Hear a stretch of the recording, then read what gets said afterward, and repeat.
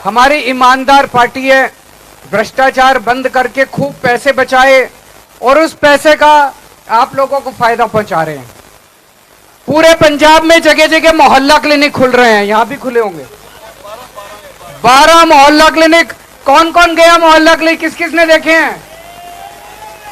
Free दवाइयां मिलती हैं, फ्री इलाज होता है, अच्छे हैं कि नहीं है? आज तक पंजाब में 75 साल में इतनी सरकारें आई, इस पार्टी की भी आई, इस पार्टी की, किसी ने आपको इतनी सहूलियत नहीं दी तो 2 साल के अंदर आपको मिलने लग गई। अब पंजाब के स्कूल ठीक करने चालू किए हैं, शानदार स्कूल बना रहे हैं पूरे पंजाब के अंदर। बच्चों को पक्का करना चालू किया है, जो बच्चे टंकियों पे चढ़े रहते थे अब एक एक करके सारे बच्चों को पक्का करते जा रहे हैं। नौकरी का 50,000 से ज्यादा बच्चों को मान साहब ने सरकारी नौकरी दिला दी अभी तक। मैं मानता हूं अभी बहुत काम करने बाकी हैं, पर अभी तो 2 ही साल हुए हैं। 2 साल तो ज्यादा नहीं होते ना, अभी 2 साल हुए। 2 साल में आपको लगने लग गया होगा कि हमने अच्छी सरकार चुनी है कि नहीं है? 2 ही साल हुए, बाकी सारे काम भी करेंगे, अभी बहुत सारे काम बाकी हैं। मान साहब को पता है क्या क्या काम करने हैं। ये चुनाव केंद्र सरकार बनाने का चुनाव है। मैं आप लोगों के बीच में आज आया हूं कि आपने पंजाब में तो हमारे हाथ मजबूत कर दिए, अब ये 13 सीट दे दो, लोकसभा में केंद्र में भी हमारे हाथ मजबूत कर दो, ताकि केंद्र में जितने मसले हैं वो भी हम समाधान कर लें।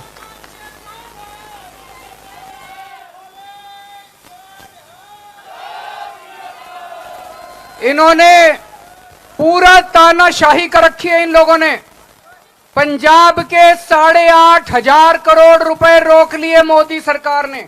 8,500 करोड़ रुपए, वो पैसे गांव-गांव के अंदर सड़क बनाने थे, उस पैसे से पूरे पंजाब में मोहल्ला क्लिनिक खोलना था, पंजाब के हक का पैसा था, लेकिन तानाशाही करके मोदी सरकार ने वो पैसे रोक लिए। अकेले मान साहब लड़ रहे हैं मोदी सरकार से, लेकिन अगर ये 13 एमपी जिता दोगे तो मान साहब के 13 हाथ हो जाएंगे, वो जाके लड़ेंगे मोदी सरकार से। फिर मोदी सरकार की हिम्मत नहीं होगी आप लोगों के फंड रोकने की। आज आप लोगों ने भगवंत मान सरकार बनाई, ये अपनी विधानसभा में बैठ के बिल पास करते हैं, गवर्नर सारे बिल रोक लेता है। ये तो पंजाब के लोगों की बेइज्जती है, पंजाब के लोगों का अपमान है। गवर्नर की कैसे हिम्मत होती है कि वो आपकी विधानसभा में पास किए हुए सारे कानून रोक ले। आप ये 13 एमपी बना दो, ये गवर्नर के घर के अंदर घुस के सारे बिल पास करा के ले आएंगे। और आज से 2 साल पहले याद करो, जब किसान दिल्ली की तरफ बढ़े थे किसान आंदोलन के लिए, याद है आप लोगों को? हजारों किसान दिल्ली की तरफ गए थे, मोदी सरकार ने इनको दिल्ली के अंदर नहीं घुसने दिया, बॉर्डर पे रोक लिया, सड़क पे कीले लगा दी, बड़े बड़े बुलडोजर लगा दिए। इस बार ऐसा बटन दबाना मोदी जी को दिल्ली से बाहर कर देना। इस बार ये बदला लेने का टाइम आ गया। सबसे ज्यादा पंजाब के किसान गए थे दिल्ली के बॉर्डर पे, इस बार अपना बदला ले लो। बदला लोगे कि नहीं लोगे? चुप बैठोगे? इस बार बदला लेने का टाइम आ गया। तानाशाही मचा रखी है इन लोगों ने, पूरी डिक्टेटरशिप कर रखी है, इस तानाशाही को खत्म करना है। इन्होंने मेरे को गिरफ्तार कर लिया, इन्होंने मेरे को गिरफ्तार कर लिया, इसलिए नहीं किया कि मैंने भ्रष्टाचार किया है। 16 मार्च को चुनाव ऐलान हुए, 21 मार्च को मेरे को गिरफ्तार कर लिया। केजरीवाल ने एक पैसे का भ्रष्टाचार नहीं किया, मोदी जी ने डर के केजरीवाल को गिरफ्तार कर लिया कि केजरीवाल पूरे देश में चला जाएगा तो मेरी सीटें कम हो जाएंगी, केजरीवाल को जेल में डाल दो।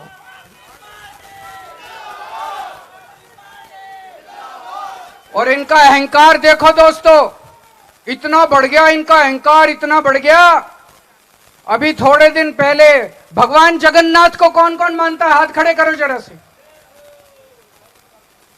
भगवान जगन्नाथ का सबसे बड़ा मंदिर पुरी में है, उड़ीसा में, पुरी में। इनका भगवान जगन्नाथ का मतलब जगत के नाथ। जगत के नाथ मतलब पूरे ब्रह्मांड के नाथ, पूरी सृष्टि के नाथ, पूरे सृष्टि का भगवान। संबित पात्रा का नाम सुना है? संबित पात्रा इनके बीजेपी के प्रवक्ता हैं। संबित पात्रा कहते हैं भगवान जगन्नाथ मोदी जी के भक्त हैं। इनको इतना अहंकार हो गया, ये भगवान जगन्नाथ को भी ये कहते हैं मोदी जी के भक्त हैं भगवान जगन्नाथ। ये भगवान के ऊपर भी अपने आप को मानने लग गए। और अभी थोड़े दिन पहले आपने पता नहीं 3-4 इंटरव्यू दिए मोदी जी ने। मोदी जी कहते हैं मैं भगवान का अवतार हूं। सुने थे आपने इंटरव्यू? वो कहते हैं मैं भगवान का अवतार हूं। कितने लोग मानते हैं मोदी जी भगवान हैं? ये थोड़े दिन में मंदिरों से भगवान की मूर्ति हटा के मोदी जी की मूर्ति लगा देंगे।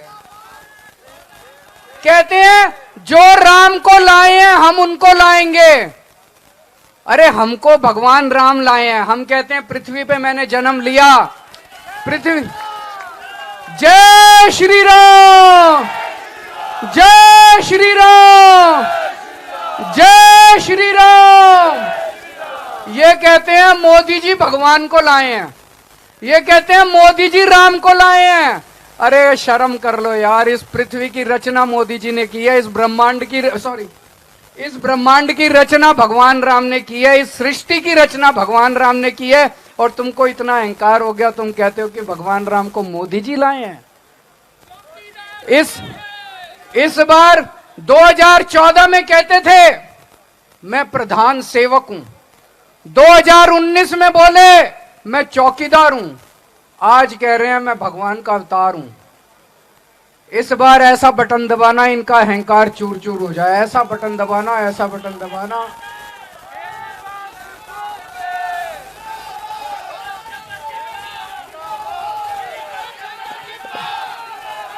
और दोस्तों ये कहते हैं 400 सीट चाहिए, 400 सीट चाहिए। हमने पूछा क्यों चाहिए? बोले मोदी जी कुछ बड़ा काम करना चाहते हैं। हमने कहा क्या बड़ा काम करना चाहते हैं? तो पता चला ये आपका रिजर्वेशन खत्म करना चाहते हैं। बच के रहना दोस्तों। आज आप लोगों को कह के जा रहा हूं, जब तक केजरीवाल जिंदा है किसी की हिम्मत नहीं है जो रिजर्वेशन खत्म कर दे। आप लोगों का साथ चाहिए। लड़ रहा हूं मैं इनसे, संघर्ष कर रहा हूं मैं इनसे। किसी हालत में रिजर्वेशन बंद नहीं करने देंगे, लेकिन आप लोगों का साथ चाहिए। आप लोगों के साथ के बिना